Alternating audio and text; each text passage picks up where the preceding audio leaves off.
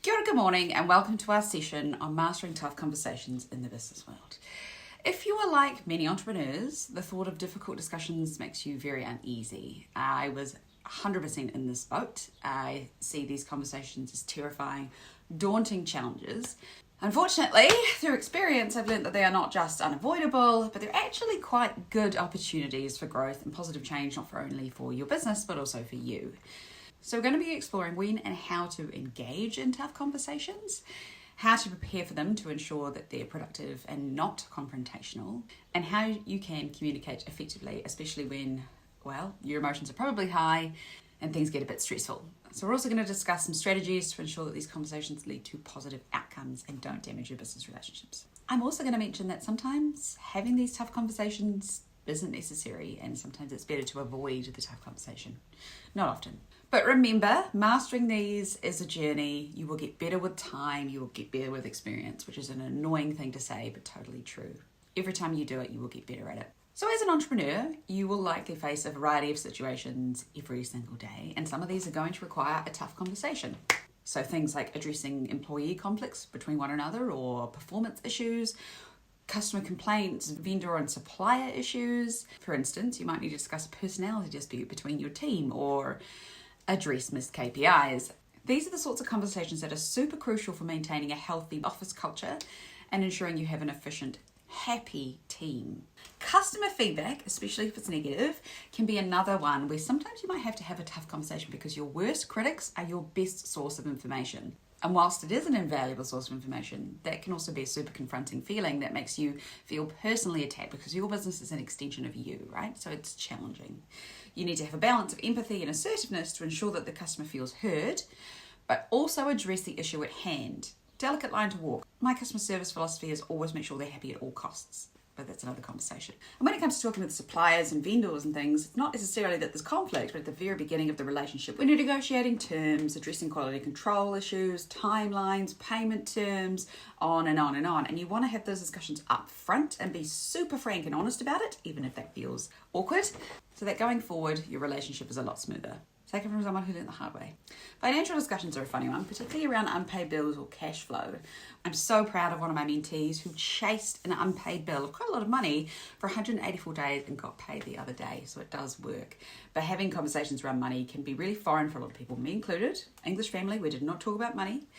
And it requires a really high level of tact and understanding so you both get your sides across without seeming to belittle people or be aggressive. The trials and tribulations of running a business. Tough conversations. Key skill. Number one, preparation is key to ensure that any tough conversation is a productive one. The first thing you want to do is set a clear objective. What are the specific issues you are addressing and what are you hoping the outcome is? Write it down. If you have clarity when you go into a conversation, not only will it keep it focused and actually achieve those outcomes, but it will stop it veering off into less productive territory. You have to understand the other party's perspective. Next, try and be a little bit more empathetic. Now, a lot of us are very good at this and a lot of us aren't. If you're not, try and think about the other party's perspective. This is empathizing with their situation, trying to think about what their concerns are and anticipating the potential reactions. This will significantly shape your approach if you're any good at anticipating the reactions, making the conversation more about mutual understanding and less about confrontation, because confrontation is the scary bit. Have a think about the setting of the conversation, so where you're actually going to be. It's a little bit like when you introduce a new animal to an animal you already have, right? You want a neutral space, not their territory. Choose a neutral, private space where you both feel comfortable. So this could be a cafe, it could be a quiet meeting room somewhere off-site. It's really important to have a space that everybody does feel comfortable because it leads to an open, honest dialogue. Timing, another consideration. So select a time when both of you and the other party are less likely to be rushed or stressed, because rushing and haste turns into stress, which turns into more emotion, which turns into more confrontation. I reckon avoid meetings first thing in the morning and definitely at the end of a long day, and don't do anything on a Friday. You want everyone to be as relaxed and open-minded as possible. And then finally, this is the key one, this is the hard one, is prepare yourself emotionally. Have a feel of your own emotional state. Have a think about any potential biases you have. Everybody has them. Have a think about any emotions you have. Are you feeling particularly stressed or frustrated? Are you feeling this is an unfair situation? If so, and you probably are, take time to calm your mind and approach the conversation with a clear, level-headed, open-minded perspective. The goal is not to win the argument. but to reach a mutually beneficial resolution. And I know sometimes that doesn't feel good enough. You're a business person, suck it up. You're prepared, what next? Effective communication is vital. A lot of people are really bad at it. We're really good at listening to a conversation and at the same time thinking about what it is we're going to say. This is where we need to involve active listening. It involves listening with all the senses and actually paying attention to the person who's speaking, acknowledging their feelings and perspectives, even if you don't agree with them.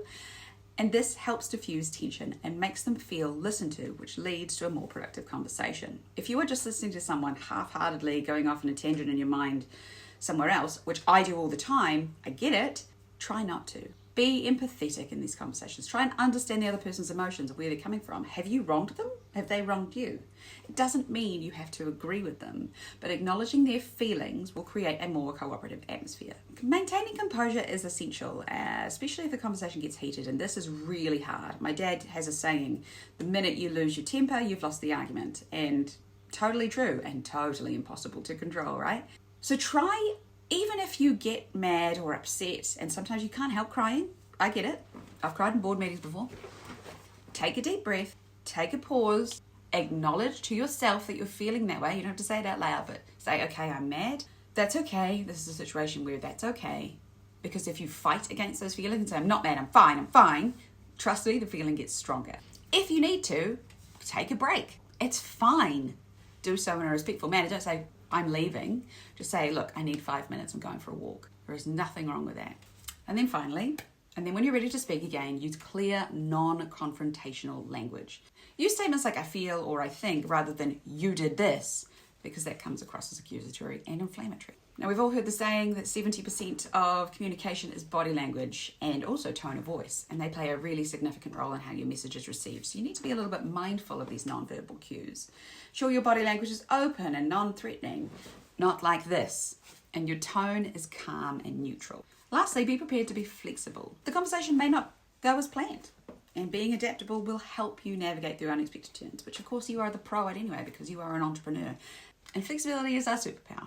It is important to stay focused on the goal of the conversation, but don't get excited about how it is you get there or get sidetracked by minor issues that weren't in your outcomes anyway. So let's talk about those outcomes. The goal of any tough conversation is to reach a positive outcome without damaging the business, and ideally your personal relationship too. That's not often as easy. So focus on finding common ground. What do you all agree with? What are your shared interests or goals in this situation? Even the worst relationship will share a common goal, even if it's just to leave the room. This focus will change your conversation from adversarial to collaborative, at least a little bit more anyway. Approach the conversation with a problem-solving mindset rather than a blame-oriented one. Yes, probably someone in that room is to blame for something. That isn't helpful.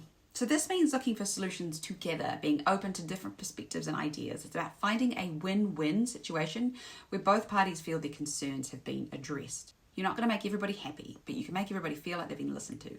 After the conversation, follow-up is crucial, which is good because this is the easy bit, right? This could be a formal follow-up meeting, it could be minutes, a simple check-in email, whatever. Please don't make it a text.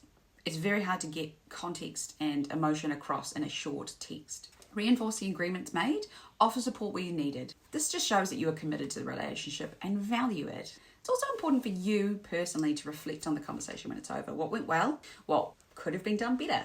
How did you react throughout the meeting? A lot of you are really good at this sort of stuff, but it's genuinely terrifying for a lot of us.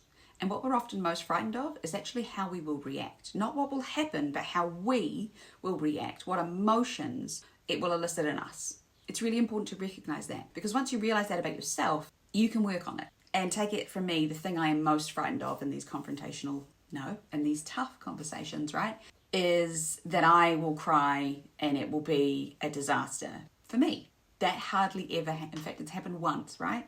But that fear is still there, and it's something I'm definitely working on. It's why I avoid tough conversations, and it is character flaw I'm working on. So I employ all these principles. My writing coach's mum is a life coach, and she once said to me, stop approaching meetings like this like you're expecting them to be a confrontation and start approaching them with a positive mindset. And if you really truly do that, the difference is quite astonishing. Now, I said at the beginning, sometimes these conversations are not necessary or worth it, and they will actually do more harm than good.